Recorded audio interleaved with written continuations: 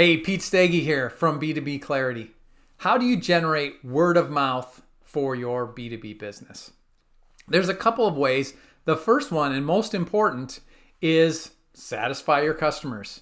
Happy customers that believe in your product are going to tell other people about you, and that's far more valuable than anything you can do with your sales or your marketing efforts. But what if you don't have a lot of customers yet? Or you want to get into a new market where your current customer base doesn't have referral reach. I want to talk about a second way to generate word of mouth that can turbocharge that effort with you.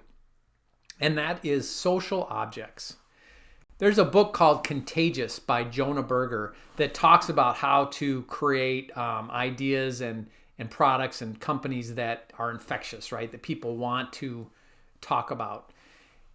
Before Contagious, though, there was a guy named Hugh MacLeod who wrote about social objects. And I'm a big believer in that as a core foundational thing to do that you can build this viral program around. A social object is just that. It's a thing. It might be a physical object. It could be an event.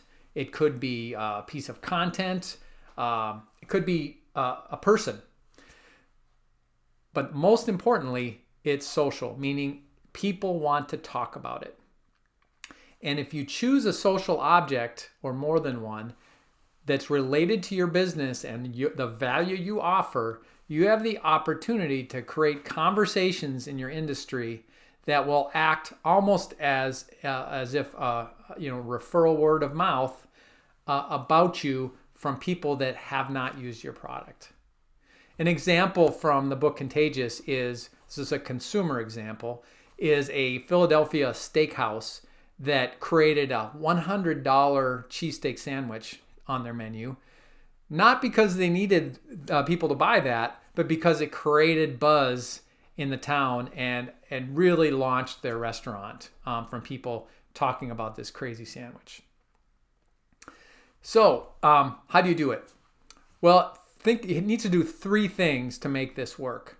You need to pick something that is relevant to your audience, right? So look for the intersection between your customer's problem that you're solving and your solution. You don't want it to be your solution. You want it to be related to that area.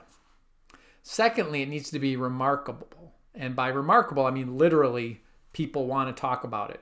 They want to remark on it. So you want something that's out of the ordinary, it's different, and hopefully it's related to your culture, right? So if you're all about fun, it should be fun. If your culture is really service-driven, maybe you should have a service element to that. So think about something that could be authentically yours and stand out. And then finally, it needs to be shareable. So real easy for people to talk about it. Find a way to do that. I'm going to give you some examples. When I worked at Seagate, we took a disk drive and we froze it in an ice rink for a winter. And we talked about that drive in the ice rink and wondering how it would survive the winter and what would happen when it thawed out and would the data on it be okay, all those things.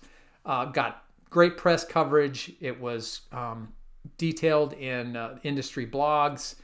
So it caught on, right? It was a topic. And it related to our topic of disk drives that were reliable and that the data on them was important. And all those discussions happened around the object rather than just like a sales presentation or a press release. Another example was in a very high-end manufacturing industry, semiconductor manufacturing, where there were these $1 million machines that were large rooms, 10 foot by 10 foot machines, where we created a very lifelike third scale model of these systems that we could bring to trade shows and to customers. And they were remarkable because they looked so lifelike. They were just very, very realistic. And it drew attention. not about just selling it, but about the model itself and how it looked and things like that. Those are two examples of how I've used social objects, but there are many more. And I encourage you to check out Hugh MacLeod online. I'll include a link, and also the Contagious book. Before I go, two other points to make. Social object is different than a viral video or viral content. I like to think of the social object as almost the strategy, and the viral video is the tactic. By focusing on the social object and not just trying to create something viral, you're investing in something that will work for you no matter how much it's picked up, because it's based on who you are and the problem you solve. Whether or not it catches fire is still valuable. And the second thing, and this is also from the Contagious book, don't limit yourself to an online view of this idea.